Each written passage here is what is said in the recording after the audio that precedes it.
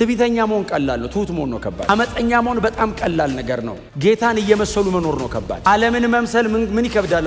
ዓለማዊ ለመሆን እኮ ደቂቃም አይፈጅም፣ መፈለግ ብቻ በቂ ነው። ክርስቲያን መሆን ነው ከባድ። መንፈስ ቅዱስ እኛ ላይ ሆኖ እንደሚሰራ ሁሉ አጋንንት ደግሞ ሰው ላይ ሆኖ ይሰራል። ከሰውየው ጋር አይደለም ጦርነታችን፣ ከጀርባ ካለው መንፈሳዊ አካል ጋር ነው ጦርነት። ውጊያው ከሰርክላችን መውጣት አለብን መሆን ብቻ ወደ ዓለም ማየት አለባችሁ። ለምን ሰይጣን ኦልዌይስ አንዳንዴ እንዳይመስላችሁ ኦልዌይስ ሰይጣን ታርጌት የሚያደርገው ግለሰብ ብቻ ሳይሆን ሲስተም።